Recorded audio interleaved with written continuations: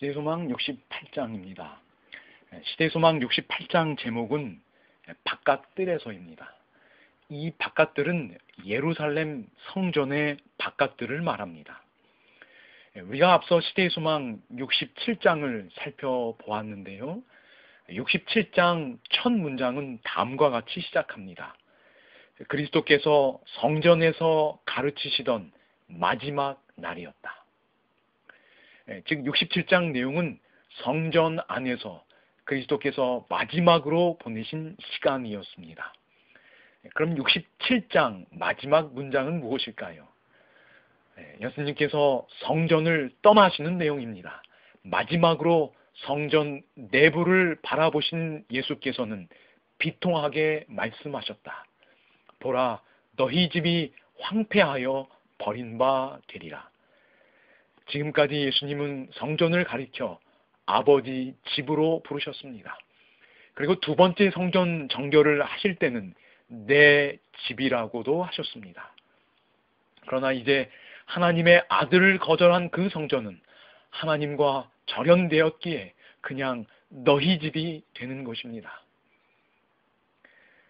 이처럼 67장은 예수님이 슬픈 마음으로 성전을 떠나시는 장면으로 마치게 됩니다.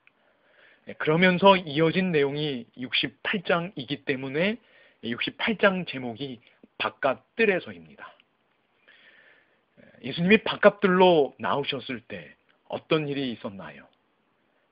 우리가 잘 아는 것처럼 그리스 사람들이 예수님을 뵙기 위하여 찾아왔습니다. 예수님께서 이 땅에서 그의 삶을 시작하셨을 때 그때는 동방에서 박사들이 찾아왔습니다. 그런데 이제 그분께서 지상에서의 삶을 마치려 하실 때 유대의 서쪽 지역이었던 서방에서 그리스 사람들이 예수님을 뵙기 위해 찾아온 것입니다. 이들을 만난 예수님의 표정은 밝아지셨습니다. 왜냐하면 서방에서 온 사람들은 예수님의 죽으심을 통한 구원이 전 세계에 전파되고 이루어질 큰 수확을 내다볼 수 있게 하였기 때문입니다.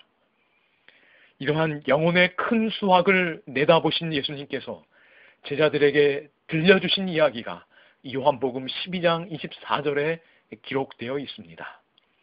내가 진실로 진실로 너희에게 이르노니 한 알의 밀이 땅에 떨어져 죽지 아니하면 한 알 그대로 있고 죽으면 많은 열매를 맺느니라.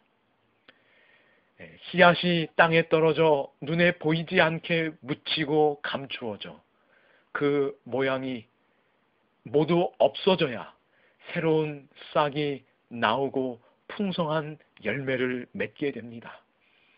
예수님은 이제 한 알의 밀알로 땅에 떨어져 죽을 것이었습니다.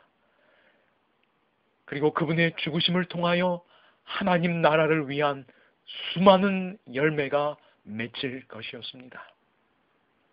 그리스도께서는 이 진리를 그리스도를 따르는 모든 사람들이 배워야 할 교훈과 연결시켜 말씀하셨습니다. 그 내용이 오늘 기억절 요한복음 12장 25절입니다. 자기 생명을 사랑하는 자는 잃어버릴 것이요 이 세상에서 자기 생명을 미워하는 자는 영생하도록 보존하리라. 이 말씀을 시대의 소망은 이렇게 설명합니다. 세계에 필요라는 밭고랑에 생명을 던져야만 한다. 자기 사랑과 사욕을 죽여야 한다. 자기 희생의 법칙은 자기 보존의 법칙이다. 오늘 우리는 어떤 곳에 어떤 필요라는 밭고랑에 생명을 던지며 자기 사랑과 사욕을 죽이며 살고 있나요? 하나님께서 오늘 나에게 누군가의 또는 어떤 그룹의 필요를 깨닫게 하신다면 그 필요에 나의 생명을 던져 헌신적인 사랑을 할 수 있기를 기도드립니다. 예를 들자면 저는 요즘 하나님께서 제 아내의 영적 필요를 깨닫게 하고 계십니다. 그리고 그 필요를 채워주라고 하나님께서 제게 명령하고 계심을 저는 많이 느끼고 있습니다. 말씀으로도 제게 그렇게 교훈하고 계십니다. 그래서 저는 그 필요에 제 자신을 헌신해야 함을 고백하며 어떤 계획들을 이렇게 세우고 있습니다. 그리고 하나님께서는 요즘 제게 한국 재림교회의 필요를 깨닫게 하고 계십니다. 물론 모두가 아는 필요입니다. 그런데 그 필요에 제 자신을 헌신하고자 하는 마음을 자꾸만 주고 계십니다.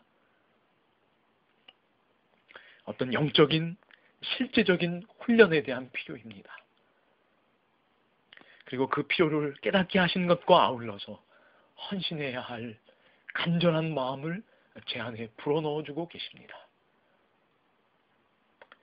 나를 던져서 섬기는 곳이 있다면, 나의 사욕을 죽이며 그 필요를 채워주는 곳이 있다면 우리는 예수님을 닮아가고 있고 우리는 행복을 경험할 수 있을 것입니다. 그리고 이왕이면 그 필요가, 그 밭고랑이 가정의 범위를 넘어서 교회와 세계의 필요로 점점 넓어질 수 있기를 소망합니다.